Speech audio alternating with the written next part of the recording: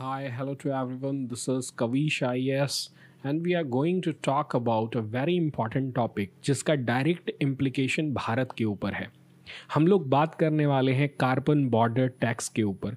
एक ऐसा टैक्स जो कि भारत को बहुत ही बुरी तरह से इम्पैक्ट कर सकता है, और ये पूरी कहानी, ये जो पिक्चर है वो बहुत ही अच्छी तरह से दिखा रहा है। You can see out here, यहाँ पर यूरोपियन यूनियन खड़ा है और एक जो गरीब देश से अपना कुछ सामान एक्सपोर्ट करने आ रहा है उसको कह रहा है कि हमें रिच वर्ल्ड के लिए टैक्स चाहिए, आपको टैक्स देना पड़ेगा। हम लोग इस टॉपिक को लेंथ एंड ब्रेथ में समझेंगे कि आखिर कार्बन बॉर्डर टैक्स होता क्या है, क्यों ये सारे जो कंट्री हैं वो ऐसे गरीब देशों के ऊपर, या फिर कंसिडर करिए ना इंडिया के ऊपर ही क्यों कार्बन बॉर्डर टैक्स लगा रहे हैं, जिससे कि जो भारत का एक्सपोर्ट है और ज़्यादा महंगा हो जाएगा। जो कंपटीशन भारत कर पा रहा था उसमें कमी आएगी, बहुत सारे इम्प्लीकेशन होंगे इंडिया के एक्सपोर्ट के ऊपर। इन सारे पॉइंट्स को हम लोग डिस्कस करने वाले हैं इस पूरे वीडियो में। So let's begin. पहले तो ये समझना पड़ेगा कि अगर कोई भी नया लॉ आ रहा है और उससे अगर इंडिया के ऊपर कुछ इम्प्लीकेशन पड़ रहा है तो यूपीएससी उसको छोड़ेगा नहीं, चाहे वो प्रीलिम्स हो चाहे वो मेंस हो। प्रीलिम्स के लिए अगर हम लोग बात करें तो यूरोपियन यूनियन क्या है उसको समझना ज़रूरी है, कार्बन ट्रेडिंग क्या होता है उसको समझना ज़रूरी है। हम लोग इस पूरे वीडियो में ये सारे टॉपिक्स को भी धीरे धीरे समझते चलेंगे। कार्बन एमिशन क्या होता है, जैसे ये सारे बहुत ही सिंपल टॉपिक है। अगर आप मान लीजिए कोल को जला रहे हैं तो उसमें से जो कार्बन डाइऑक्साइड निकल रहा है वो एक तरह का कार्बन एमिशन है। यूरोपियन यूनियन का एमिशंस ट्रेडिंग सिस्टम क्या कहता है, ग्रीन एनर्जी क्या होता है, बहुत सारे ग्रीन एनर्जी के ऊपर अब पूरा दुनिया जो है वो शिफ्ट कर रहा है, जैसे सोलर एनर्जी हो गया, विंड एनर्जी हो गया। डीकार्बोनाइजेशन क्या हो रहा है, यानी कि कार्बन का उत्सर्जन किस तरह से कम करना है। फ्री ट्रेड एग्रीमेंट क्या है, किस तरह से दो कंट्री फ्री ट्रेड एग्रीमेंट करते हैं और ये जो टैक्सेशन सिस्टम है उसको क्या करेगा, हिंडर करेगा, उसके बारे में समझेंगे। कॉमन बट डिफरेंशिएटेड रिस्पॉन्सिबिलिटी क्या होता है और किस तरह से European union common but differentiated responsibility से भाग रहा है, उसके ऊपर भी हम लोग डिस्कस करेंगे। तो प्रीलिम्स के कुछ इस तरह के टॉपिक निकल जाते हैं, और अगर मेंस की बात करें तो सिंपल सा मैं तो यहां से क्वेश्चन एक आपको बना के दे सकता हूं कि what is carbon border adjustment mechanism and discuss about it's implication on India. ये एक सिंपल सी बात है कि सीबैम होता क्या है और इसका इम्प्लीकेशन भारत के ऊपर क्या पड़ेगा। तो पूरा जब आप वीडियो आप देख लीजिएगा तो आपको समझ में आ जाएगा कि सीबैम क्या होता है और उसका भारत के ऊपर इम्प्लीकेशन क्या पड़ेगा। 4-5 पॉइंट मैंने भी डाला है, उससे आपका एक बहुत ही अच्छा आंसर बन सकता है। तो मेंस के लिए ये इंपॉर्टेंट है। नाउ अब स्टडी ये करते हैं कि ये न्यूज़ में क्यों है। यूरोपियन यूनियन प्लान कर रहा है कि 1 जनवरी 2026 से इस कार्बन बॉर्डर टैक्स को लाया जाए, जिसके वजह से क्या होगा, भारत का जो एक्सपोर्ट है उसका कॉस्ट जो है वो बढ़ जाएगा, भारत को ज़्यादा पैसा देने पड़ेंगे, भारत का कंपटीशन और ज़्यादा बढ़ जाएगा। तो ये तो लिखा हुआ है 1 जनवरी 2026 से, यानी कि बहुत ही ज़्यादा अभी टाइम बाकी है। लेकिन आपको ये समझना पड़ेगा कि 1 अक्टूबर 2023 से ही स्टार्ट हो गया है ये प्रोसेस, जिसको कहते हैं ट्रांजिशनल फेज, यानी कि जो भी प्रोड्यूसर है ना वो अब ट्रांजिशन करना स्टार्ट करेंगे, वो चेंज करना स्टार्ट करेंगे। जो भी वो प्रोडक्शन कर रहे थे विद हेल्प ऑफ, मान लीजिए कि कोल का यूज कर रहे थे इलेक्ट्रिसिटी के लिए और उससे स्टील बना रहे थे, केमिकल फर्टिलाइजर्स बना रहे थे, उसका अब यूज़ नहीं करना है, उन्हें ग्रीन एनर्जी का यूज़ करना है। अगर वो ऐसा करेंगे तो जो टैक्स होगा वो नहीं लगेगा, और अगर वो कार्बन का यूटिलाइजेशन करेंगे तो उन्हें कार्बन टैक्स देना पड़ेगा। दिस इज द पॉइंट जो कि बहुत इंपॉर्टेंट है। भारत के प्रोडक्ट्स का दाम जो है वो वर्ल्ड में बहुत ही ज़्यादा हो जाएगा, खासकर यूरोपियन यूनियन में बहुत ज़्यादा हो जाएगा, और इसके लिए यूरोपियन यूनियन आगे चल के वेरीफायर्स भी रखेगा।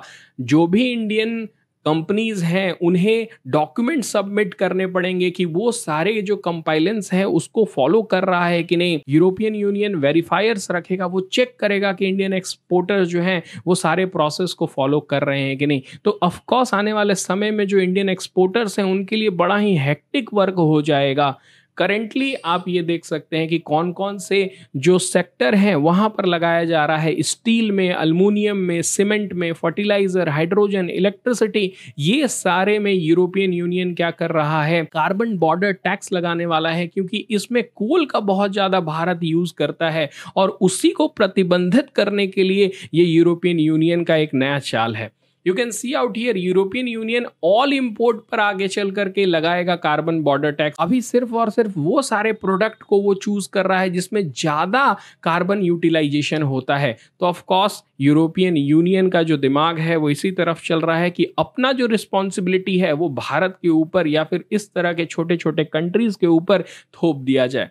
अब हम लोग लेंथ एंड ब्रेथ में डिस्कस करते हैं कि यूरोपियन यूनियन का आखिर ये कार्बन बॉर्डर टैक्स है क्या, ये क्या होता है, किस तरह से वर्क करता है। उसको समझने के लिए ये इलिस्ट्रेशन का आप यूज कर सकते हैं। You can see out here, मान लीजिए कि एक सप्लायर है नॉन यूरोपियन यूनियन का। इसका एग्जांपल ले लेते हैं, कोई इंडिया है या फिर आप साउथ अफ्रीका ले लीजिए, एक अफ्रीकन कंट्री है। उसने कुछ प्रोड्यूस किया, लेकिन प्रोड्यूस जब किया ना तो उसमें उसने कोल का यूज किया और वो चीज ले गया वो यूरोपियन यूनियन में बेचने के लिए। मान लीजिए वो जर्मनी बेचने चला गया, उसमें जो बायर होगा उसको क्या करना पड़ेगा, सीबेम सर्टिफिकेट खरीदना पड़ेगा। ये सर्टिफिकेट क्या करेगा, उसमें प्राइस इंक्लूडेड होगा। किस चीज का प्राइस इंक्लूडेड होगा, अगर कार्बन का यूज हुआ होगा, कोल जैसे प्रोडक्ट का यूज हुआ होगा उस प्रोडक्ट को बनाने में, तो वो प्राइस जो है वो सीबेम सर्टिफिकेट में इंक्लूडेड होगा। मतलब सिंपल भाषा में समझिए कि जो प्रोडक्ट भारत बना रहा था उसका कॉस्ट अगर 100 रुपीज आ रहा था, तो ये सर्टिफिकेट जब बायर खरीद लेगा तो उसका प्राइस जो होगा वो अपने आप 120 रुपीज हो जाएगा। यानी कि भारत के प्रोडक्ट जो होंगे वो यूरोपियन यूनियन का मार्केट में बहुत ही हाई हो जाएंगे, जिससे जो कंपटीशन था वो कम हो जाएगा। और अगर दूसरे सप्लायर की बात करें, जैसे कि जर्मनी को बेच रहा है, आप समझ लीजिए ऑस्ट्रिया, या फिर कोई और देश है जैसे फ्रांस बेच रहा है, तो उसको ये सीबेम सर्टिफिकेट का जरूरत नहीं होगा। तो यही सीबेम सर्टिफिकेट है जो कंट्रीज में भेदभाव कर रहा है और एक तरह से भारत जैसे कंट्री के ऊपर जानबूझ के इस तरह का टैक्स बैरियर लगा रहा है, जिससे कि उसका जो प्रॉफिट है उसको मार्जिनलाइज किया जाए। You can see out here, ये एक पॉलिसी मेजर है जो एम करता है put a fair price on the carbon emission generated during the production. जब प्रोडक्शन होगा उस समय जो कार्बन एमिशन हो रहा है, जो कोल का यूज करके आप इन्वायरमेंट को आप पॉल्यूट कर रहे हैं, उसके ऊपर क्या कर रहा है, एक फेयर प्राइस लगा दे रहा है ऑन सर्टेन गुड्स। तो अभी तो सर्टेन गुड है, मैंने बात किया इसके ऊपर कि अभी तो सर्टेन गुड है, पर आने वाले समय में ऑल इंपोर्टेड गुड्स में क्या होगा, इसको इंप्लीमेंट कर दिया जाएगा। You can see out here, यही तो मैं बोल रहा था, importers of this good will have to buy carbon certificate. उन्हें कार्बन के सर्टिफिकेट्स खरीदने पड़ेंगे जिसमें कि वो जो अमाउंट होगा कार्बन एमिशन का वो रिफ्लेक्टेड होगा, यानी एम्बेडेड होगा। उसके अंदर ही जितना कार्बन एमिशन किए होंगे उसका प्राइस लिखा हुआ होगा। ऑफ कोर्स इससे जो इंडिया का प्रोड्यूस है उसका प्राइस जो है वो बढ़ जाएगा। इंप्लीकेशन के ऊपर हम लोग बहुत ही लेंथ एंड ब्रेथ में पढ़ने वाले हैं, पर ऐसा क्यों कर रहा है यूरोपियन यूनियन? तो यूरोपियन यूनियन की भी मजबूरी है। उसने क्या किया है, एक टारगेट रखा है कि 2030 तक हम 55% जो 1990 में हम जितना कार्बन एमिशन करते थे उसको कम कर देंगे। 1990 का जो लेवल है उससे 55% कम, और इसको नाम दिया गया है फिट फॉर 55 इन 2030। बहुत सारे कंट्री का बहुत सारे गोल है, जैसे कि भारत का जो गोल है ना वो बहुत बाद का है। भारत कार्बन न्यूट्रल बनना चाहता है, पर 2070 का टारगेट है। 2030 का जो टारगेट है वो यूरोपियन यूनियन ने लिया है कि हम 2030 तक क्या करेंगे, 55% कम करेंगे, 2040 तक हम इतना कम करेंगे, और उस तरह से over a period of time हम लोग कार्बन न्यूट्रल बन जाएंगे। हम लोग ज्यादा कार्बन का उत्सर्जन नहीं करेंगे, जिससे कि ग्लोबल वार्मिंग सबसे ज्यादा होता है। ऑफ कोर्स ये एक बेटर अप्रोच है, लेकिन इस अप्रोच को करने के लिए ऐसे कंट्रीज के ऊपर आप निर्भर हो जा रहे हैं जो कि प्रॉफिट कमाना चाहते हैं, जो कि अभी तक उतना कार्बन यूटिलाइजेशन किए नहीं है। अगर मैं बात करूं फ्रांस और यूके का ना, तो 19th सेंचुरी में ही अपने सारे कोल खत्म कर दिए हैं, लेकिन भारत ने उस समय उस तरह का इंडस्ट्रियलाइजेशन किया ही नहीं है। भारत की अभी की जरूरत है कि वो कार्बन का यूज करे। जो कोल उसके धनबाद में भरा पड़ा है, जो कोल वेस्ट बंगाल में है, झारखंड में है, उड़ीसा में है, उसका यूटिलाइजेशन करे। अब नहीं करेगा तो कब करेगा? आप लोगों ने तो अपना कोल का यूज करके बहुत ही अच्छा डेवलप्ड हो गए।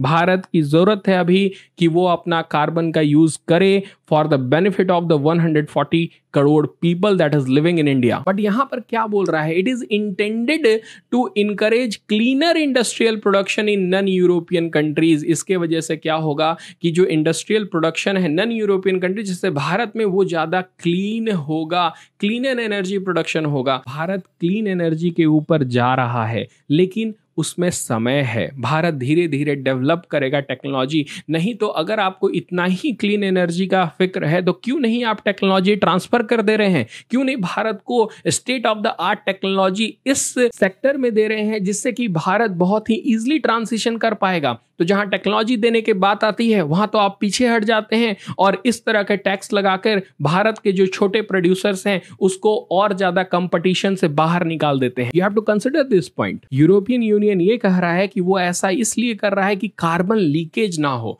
मतलब ये भी बात समझनी जरूरी है। मान लीजिए कि कोई एक कंपनी है जो कि जर्मनी बेस्ड है, अब वो क्या कर सकता है, वहां पर अगर वो आयरन और स्टील का प्रोडक्शन कर रहा है तो उसका प्राइस बहुत ही हाई होगा, तो वो क्या करता है, बहुत ही कम दाम में इंडिया से वो इंपोर्ट करा लेगा उस चीज को और वहां पर प्रॉफिट कमा सकता है। तो इसी को कार्बन लीकेज कहते हैं कि खुद का बचाने के वजह से वो इंडिया के थ्रू क्या कर रहा है, कार्बन यूटिलाइजेशन कर रहा है। This is the carbon leakage. और इसी को रोकने के लिए यूरोपियन यूनियन इस तरह के कानून ला रहा है, लेकिन इससे प्रॉब्लम तो इंडिया को हो रहा है। और इसी को कहा जा रहा है relocation of carbon intensive activity to country with lower environmental standard. Of course Bharat जैसे कंट्री, चाइना जैसे कंट्री में जो है लोअर इन्वायरमेंट का स्टैंडर्ड है वो तो लोअर है ही, मैं इसमें कुछ भी डिनाउ नहीं कर रहा हूं। मैं तो सपोर्ट कर रहा हूं कि लोअर इन्वायरमेंटल स्टैंडर्ड अभी कुछ दिनों तक रहेगा। यहां पर बहुत सारे कंपनीज हैं जो धड़ल्ले से इन्वायरमेंट को बहुत ही ज्यादा दूषित करते हैं, तो वो भारत का इंटरनल मैटर है। Over a period of time Bharat इसके ऊपर वर्क करेगा। Now what are India's concern, उसके ऊपर थोड़ा बात कर लेते हैं कि इंडिया का कंसर्न क्या है सीबैम को लेकर के। तो you can see out here, एक डाटा के हिसाब से मैं आपको बताता हूं कि 26.6% जो इंडिया का एक्सपोर्ट है ना वो आयरन और पैलेट का है, आयरन का है, स्टील का है, एल्युमिनियम का है प्रोडक्ट जो यूरोपियन यूनियन में जाता है। तो इतना बड़ा जो अमाउंट इंडिया एक्सपोर्ट कर रहा है उसका अगर प्राइस बढ़ जाएगा तो कितना ज्यादा प्रॉब्लम होगा, आप समझ सकते हैं इंडियन प्रोडक्ट्स को लेकर। This product will be hit by CBAM. India export this good worth of $8 billion. बाप रे, इतना बड़ा अमाउंट जो है वो भारत ट्रेड करता है, जिसके ऊपर डायरेक्ट इंपैक्ट आएगा और भारत का कंपटीशन जो है वो कम हो जाएगा। That is written out here, increase हो जाएगा कॉस्ट और कंपटीशन जो है वो रिड्यूस हो जाएगा। उसके साथ साथ कॉम्प्लायंस का भी बहुत ज़्यादा इश्यू होगा, जिसके ऊपर मैंने थोड़ा सा अभी बात किया था कि सीबैम जो होगा ना ह्यूज कॉम्प्लायंस का हेडेक हो जाएगा। It would create administrative and technical challenges. Bharat के प्रोड्यूसर के लिए वो कितना मॉनिटर करना पड़ेगा कि कितना वो कार्बन का यूटिलाइजेशन कर रहा है, उसको कैलकुलेट करो, उसका रिपोर्ट बनाओ, उसको वेरीफाई कराओ यूरोपियन यूनियन का स्टैंडर्ड से। तो बहुत ही हेडेक वाला प्रॉब्लम होगा। यूरोपियन यूनियन को बेचने से अच्छा लोग सोचेंगे कि कहीं दूसरा जगह भेज दे, थोड़ा कम दाम में ही बेच दें, क्योंकि इतना ज़्यादा टेंशन कौन ही लेगा, कौन इतना एडमिनिस्ट्रेशन और टेक्निकल चैलेंजेस को उठाएगा। तो नेक्स्ट पॉइंट को थोड़ा समझा जाए कि contradict European Union and developed nation commitment to green transition. आपको यह समझना पड़ेगा कि ये उल्टा ही हो जा रहा है। यूरोपियन यूनियन और डेवलप्ड नेशन को देना था पैसे वो सारे थर्ड वर्ल्ड कंट्रीज को, ताकि वो ग्रीन ट्रांजिशन कर पाए, लेकिन यहां पर तो थर्ड वर्ल्ड कंट्रीज या इंडिया, चाइना जैसे कंट्री ही यूरोपियन यूनियन को क्या कर रहे हैं, पैसा दे रहे हैं, टैक्स प्रोवाइड कर रहे हैं। तो ये तो एक कॉन्ट्राडिक्ट कर रहा है उनका कमिटमेंट को लेकर। You can see out here, contradict the commitment of the European Union and developed nation to support the green transition in other country. Instead it will result in the flow of fund in the opposite direction। Opposite ही, वही पहले वो पैसा देने वाले थे, उनका commitment था क्योंकि उन्होंने इन्वायरमेंट को बर्बाद किया है, लेकिन अब क्या हो रहा है कि हम ही उन्हें पैसा देने वाले हैं। तो ऑफ कोर्स ये इनका जो नए नए लॉज होते हैं ना वो सिर्फ और सिर्फ इन्हीं का बेनिफिट के लिए होता है। ये हमें बहुत ही जल्दी समझ जाना चाहिए।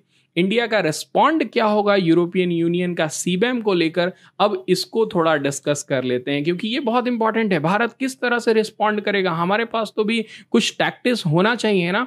तो सबसे पहला तो टैक्टिस है कि हम लोग सीबैम को रजिस्ट करेंगे मल्टीलैटरल फोरम में। बहुत सारे ऐसे फॉरम है, हम लोग चाइना के साथ मिलकर भी इसमें काम कर सकते हैं। हम लोग बता सकते हैं कि कॉमन बट डिफरेंशिएटेड रिस्पॉन्सिबिलिटी है, सब कोई का रिस्पॉन्सिबिलिटी अलग अलग है। डेवलप्ड नेशन का रिस्पॉन्सिबिलिटी बहुत ज़्यादा है और हमारा रिस्पॉन्सिबिलिटी कम है, क्योंकि हमने इन्वायरमेंट को अभी तक बर्बाद नहीं किया है। मैं ये नहीं बोल रहा हूं कि भारत बर्बाद करेगा, लेकिन पहले जिसने बर्बाद किया है पहले उसको उतना पैसा चुकाना होगा, तभी हम लोग आगे बढ़ेंगे। उसके साथ साथ भारत क्या कर सकता है, वर्क कर सकता है सीबेम के अराउंड। मतलब कि भारत क्या कर सकता है, उनके ऊपर भी टैक्स लगा सकता है। उनके जब प्रोडक्ट आएंगे, जितना भारत टैक्स दे रहा है उतना ही टैक्स क्या किया जा सकता है, भारत भी यूरोपियन यूनियन कंट्रीज के ऊपर लगा सकता है। तो ये भी एक अच्छा टैक्टिस होगा, देखना पड़ेगा। इसमें बहुत सारे चैलेंजेस भी आ सकते हैं। डाइवर्सिफाई भारत कर सकता है एक्सपोर्ट को, यूरोपियन यूनियन में नहीं बेचेंगे पर बहुत सारे अदर मार्केट है, जैसे एशिया में बेचेंगे, अफ्रीका में बेचेंगे, लैटिन अमेरिका में बेचेंगे। बट ऑफ कोर्स जो प्राइस होगा वो डिफर करेगा। इसमें बहुत सारे चैलेंजेस हैं और ये लॉन्ग टर्म में आप देख सकते हैं। ये ऐसा नहीं है कि 2-3 साल में ही डेवलप हो जाएगा, ये बहुत ही सालों का प्रोसेस होता है, जिसमें कि आप एक देश के साथ बहुत ही बड़ा नेगोशिएशन करते करते आप क्या करते हैं, एक सिस्टम बनाते हैं जिससे कि आपका प्रोडक्ट जो होता है वो उस देश में बिकना स्टार्ट होता है। नेक्स्ट है कि आप अपने देश में ही इंसेंटिवाइज करिए ग्रीनर प्रोडक्शन को। भारत ही बहुत ज्यादा करता है, you can see out here. मैं इसके बारे में बात कर रहा था कि भारत का भी तो कुछ टारगेट है। 2070 तक भारत नेट जीरो टारगेट रखा हुआ है कि उस समय तक हम लोग कार्बन न्यूट्रल हो जाएंगे, हम लोग कोल वोल का यूज नहीं करेंगे। तो भारत का फ्यूचर के लिए भी यह है कि भारत ग्रीनर प्रोडक्शन के ऊपर क्या करे, वर्क करे। और भारत कर भी रहा है, बहुत सारे एयरपोर्ट्स बनाता है जो कार्बन न्यूट्रल होते हैं। तो इस तरह का प्रोडक्ट भारत कर रहा है, लेकिन डायरेक्ट ऐसे आप कर दीजिएगा कि 2026 तक ही करना है, so this would harm India's producer. Now lastly, क्या यूपीएससी इससे क्वेश्चन पूछता है? तो यूपीएससी इस तरह के क्वेश्चन हमेशा पूछते रहता है। You can see out here एक क्वेश्चन है, which of the following adopted a law on data protection. तो अगर कोई भी कंट्रीज में लॉ पास हो रहा है और उसका डायरेक्ट इंप्लीकेशन इंडिया में है, तो वो क्वेश्चन पूछेगा। You can see out here, law on data protection and privacy for its citizen known as general data protection regulation in April 2016 and stated implementation of it in 25 May 2018। तो 2019 में इस law के ऊपर question पूछा। उसी तरह से सीबैम भी एक लॉ ही है जो कि यूरोपियन यूनियन ने पास किया है, और इसका भी आंसर यूरोपियन यूनियन ही होगा। तो यूरोपियन यूनियन ने लॉ पास किया, 2019 में ये क्वेश्चन पूछ दिया गया। तो ऐसा हो सकता है कि सीबैम कहां से रिलेटेड है, तो वो यूरोपियन यूनियन से रिलेटेड है और प्रीलिम्स में वो क्वेश्चन पूछा जा सकता है। उसके साथ साथ you can see out here question number 2, ये 2017 में पूछा गया था। Broad based trade and investment agreement जो है is sometime seen in the news in the context of negotiation held between India and, इसका भी आंसर यूरोपियन यूनियन है। तो कुछ अगर इंडिया और दूसरे देशों के साथ या फिर यूनियंस के साथ अगर एग्रीमेंट हो रहा है तो that would be important for you. तो इस तरह के जो करंट अफेयर होते हैं ना, वो प्रीलिम्स के लिए भी इंपॉर्टेंट होते हैं। और मेंस के लिए तो मैंने आपको बता ही दिया एक क्वेश्चन, आप स्टार्टिंग में ही मैंने बोला कि आपको क्या करना है, what is carbon border adjustment mechanism, आप पढ़ लीजिए, उसका लिख लीजिएगा, और इम्प्लीकेशन क्या होगा इंडिया के ऊपर, उसके ऊपर मैंने लेंथ एंड ब्रेथ में डिस्कस किया। आप just write down this answer in 250 word, that would be enough for the UPSC perspective. That's it for this video. I hope आपको सीबैम समझ में आया होगा। Thank you.